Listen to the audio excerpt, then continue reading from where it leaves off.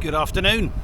Now, I've had a stay of execution from Canyon, and we've still got the Canyon Endurace ONfly, and so I have to do the only thing left to me to do, and that's to find the steepest hill I can and ride up it.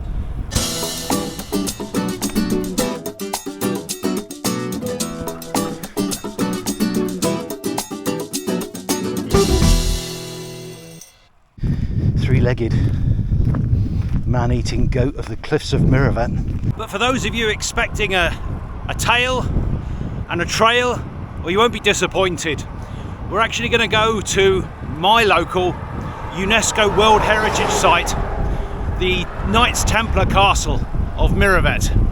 And as befitting a Knights Templar castle, dating in its current form from, I think, 1153, it's got quite a steep hill going up to it. It tops out at a, in some ways, disappointing 19.9%. And we'll talk about a bit of legend and a bit of history, and you'll see some beautiful views as well.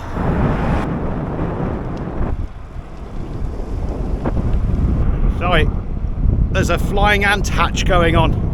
They're absolutely everywhere. Horrible things, big as well. We then had some of the most unbelievable weather. So we were almost in lockdown. They advised residents to stay at home, and we had some inundations, and they were really quite serious. So I've got one in my ear now. Oh, foul. Sorry, just show you the cloud pruned olives.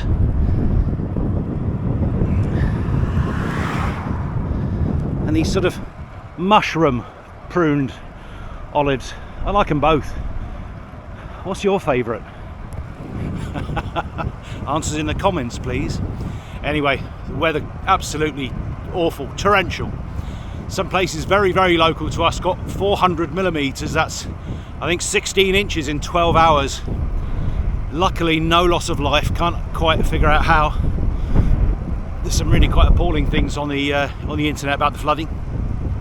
The worst thing was the storm stalled in one place and it just kept raining.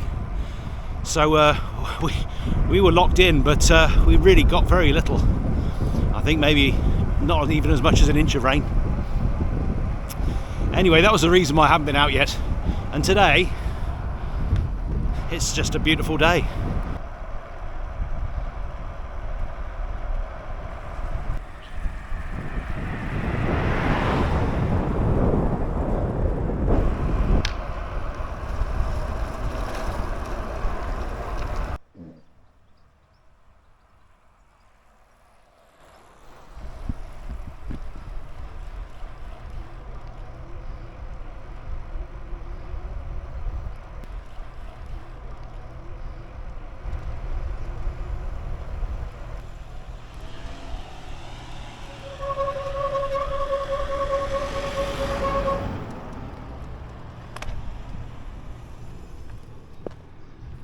Now that might be the Castle of Miravet behind us, but I'm not going to do the tail from here. We're going to try and do it from up there if I make it.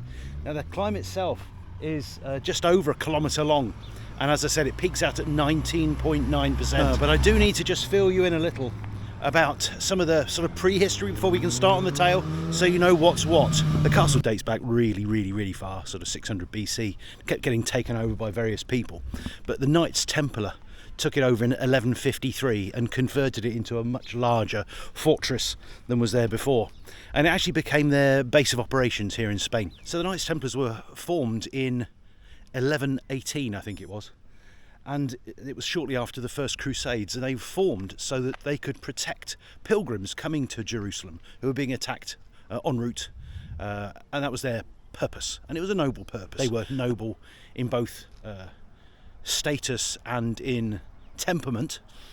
They were very highly regarded. They got approval from the Pope to become an official order of knights and monks, allied to the Cistercians, and so they did their good deeds, and in response they got given lots of stuff. They got given lands, and in Spain in particular they were given vast tracts of land once it had been conquered, so that they could retain it as a Christian lands, as opposed to letting them go back to Muslim rule.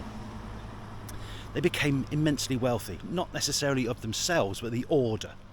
Now, unfortunately, when it came round to 1307, the King of France was basically overwhelmed with jealousy and greed of the order, and he decided that he was going to seize all of the assets of the Knights Templars because of heretical acts. And he managed to do this. Well, he was the king, so he could do what he wanted in France. And he basically had the entire order in France arrested. Loads of them were tortured and made to confess sins that they had never actually perpetrated. And Philip took these confessions to the Pope, who, under immense pressure, decided to ban the entire order. So when that order came to all of the Christian kings that they must outlaw the Knights Templar, the King of Aragon did his bit. Only the Knights Templar here decided it was unlawful and resisted, and it led to a siege that was a year long and very, very violent and bloody, because these guys knew what they were doing and the king's men didn't. But it was an awful, awful siege. It was ended after a year by the king promising the Templars that they would be protected, that though they would lose their lands, their lives would be kept. He didn't keep his word, but they actually surrendered on that basis. Anyway, the tale will start soon after their surrender, because not all of the Knights Templars surrendered. I confess I'm a bit intimidated by this climb. I have done it once, but it was on the Albert Kemen with its 80 Newton meter motor and a ridiculous amount of gears, and I think I'm going to run out of gears on this. Anyway, it starts here.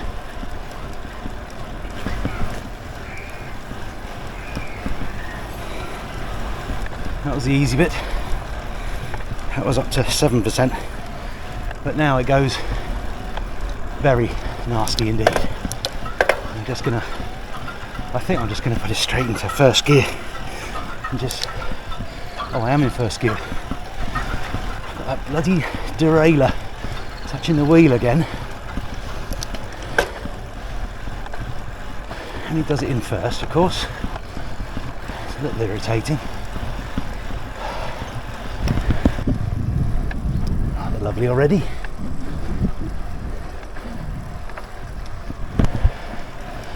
Oh my word, gets a bit steep there, doesn't it? I know that the 19.9 is quite near the bottom. That's horrendous. I am in top assist, and I'm now in first. And I'm going to have to do this about 3 times, because that is a cracking hairpin of outrageous proportions.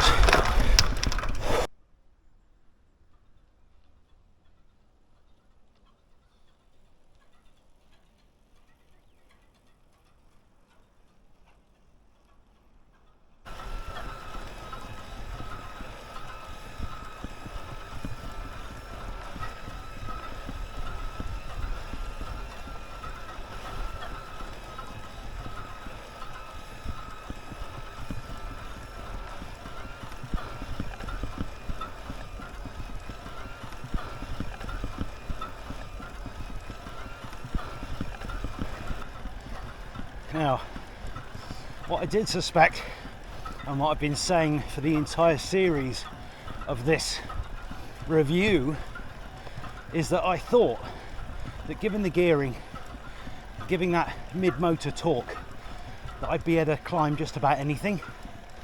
Well, I hope that's just proven that. We've still got some more to do. It's 13 and 14%, but that was very doable. This is what pros like to call a false flat. I call it downhill. I think anything where you can just pretty much stop pedaling for a little second or two, it's downhill. I'm a little bit out of puff actually, to be fair. I know this last bit is a bit of a nightmare, so I'm not going to bother trying to change up from first. Let's just leave it there. Let's grind our way up to the top. Cadence is 78, so it's the lower end of what the motor will happily give you its maximum torque at. I'm going up at bang on 10 kilometers an hour. We're into double figures for the climb, gradient wise. We've got this amazing castle right above us now. Nice little ramp. Look at it. Crazy. 11:53. 12-meter high walls on this side, because this is the only side that you could have an attack from. It's right on a cliff, which I'll show you in a bit. That was hard work. Well, if I can't show you those views there, we're going to have to do a bit of climbing. Now, there are trails and goat trails all over here. They're rather steep. There we go. So hopefully the bike will be alright for a few minutes, but the view is definitely worth it. If we can get there, it's really fantastic views of the Ebro Valley. It looks like we might have electricity transformer right in our way.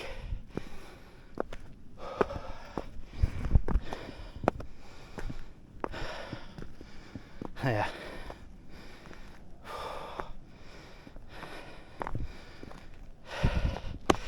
So, apologies for the electricity pylon right bang in the way. But that is the River Ebro.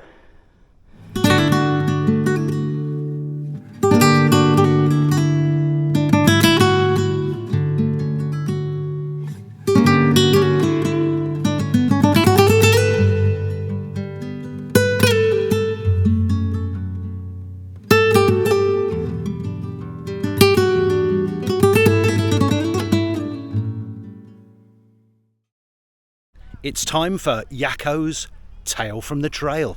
That's pretty good, isn't it? Oh, where were we? Where did I leave you? Down in Miravet town. I think I left you with the castle surrendered, apart from 6 knights. Now, those 6 knights decided that they could not, in conscience, surrender. And so they gathered what they believed to be the most valuable of the items of the order, and it was the archives, and they barricaded themselves into the last tower. Now, there are 2 legends to do with this. One is that they lasted a further 2 days before the door was finally stove in and they were killed in their tower to a man for resisting, and that their spirits live on walking the walls of the castle at night. Now, for me, that's the less likely scenario.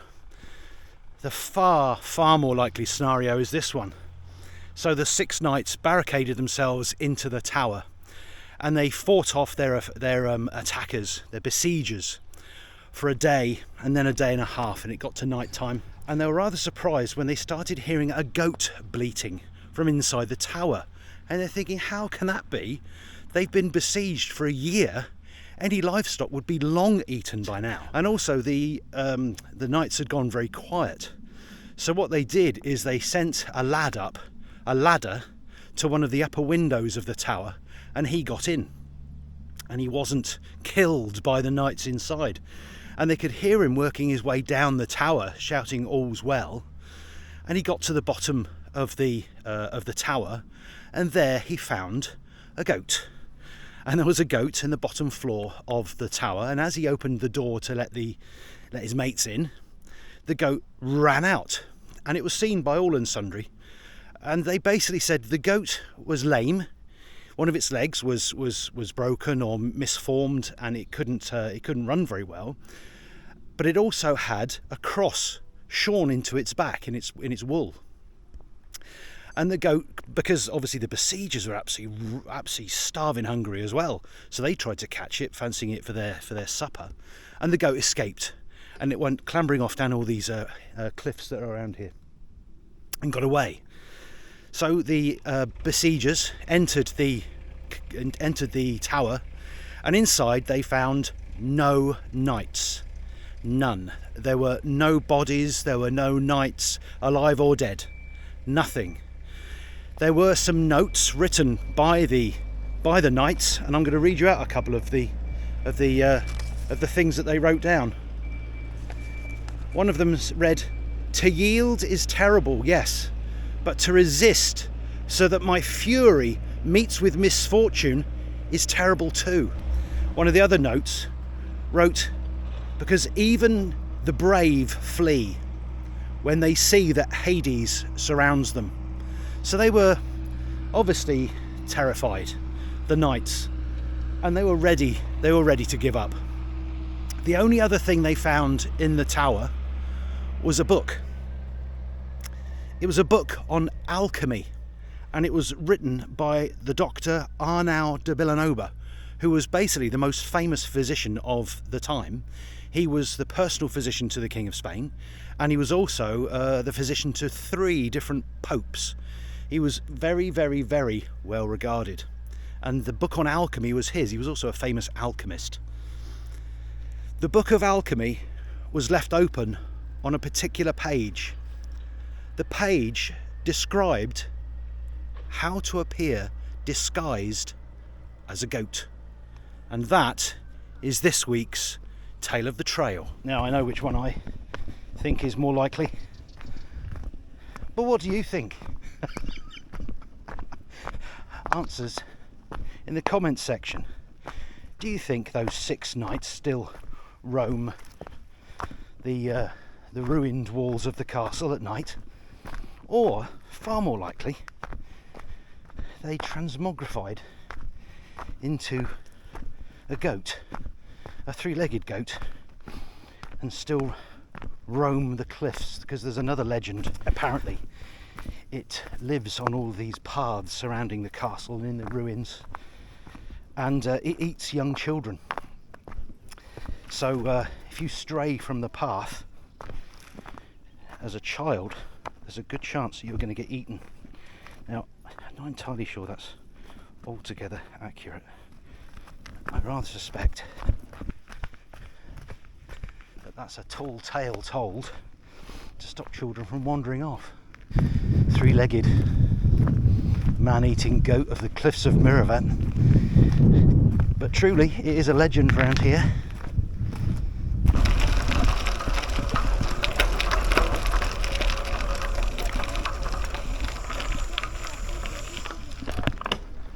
So the reason why this castle was so impregnable was this barbican, this ramp that leads up to the front gate.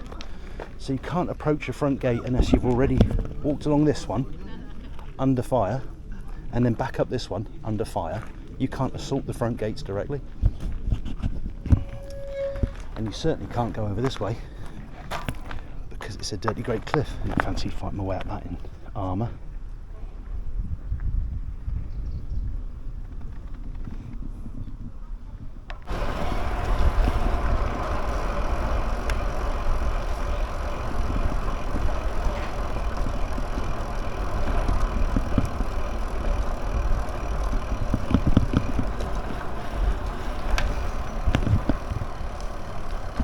Not a bad place to spend an afternoon, I can tell you.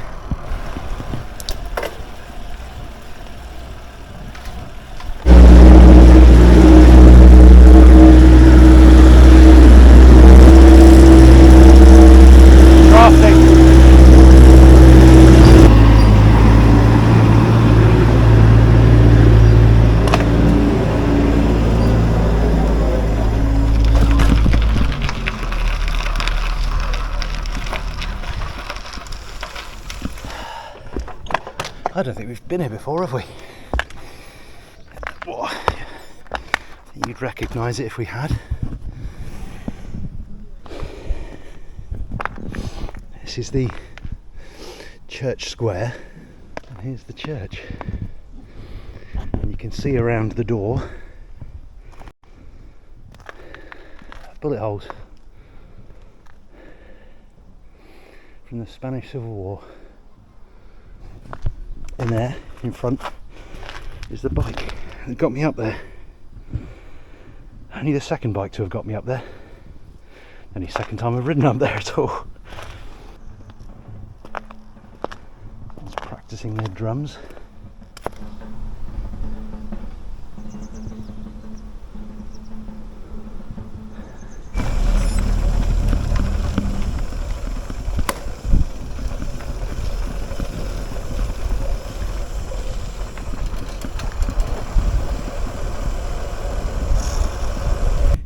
This is also the part of the GR99 long distance footpath, which follows the River Ebro from its source to the sea, which in 2012 I rode before I was on YouTube. This is lovely. Perfect weather. So once I get these gravel bikes, I have got some really stunning rides to go on, and of course I'll be reviewing the bikes themselves too, and a few other bits and bobs that I'm being sent. I really don't mind reviewing things if they're cycling related. I felt a little bit funny about reviewing that Prungo red light therapy. Thing is, I absolutely believe in it. For me it's worked. Just full stop, it's worked. I've been using it every single ride since they gave it to me, and my knee feels absolutely fine. I'm now a little bit worried that if I stop using it, my knee pain will come back. But what I like about it, it's the only one on the market that actually uses the bit that's supposed to work best,